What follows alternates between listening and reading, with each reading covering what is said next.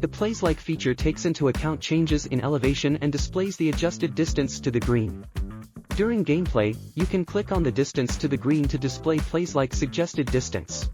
PlaysLike. This feature adjusts your horizontal yardage based on whether your target is uphill or downhill. It can also calculate shot shape relative to your horizontal yardage, short or long. When you see this screen on your watch, you can clearly see from the top that you're playing the second hole, par 5.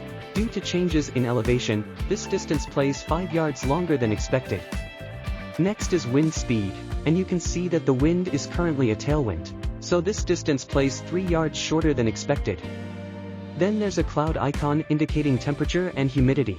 This distance plays 2 yards longer than expected. Do you understand? It's simple, right? Thank you for watching. For more information, please visit support.garmin.com.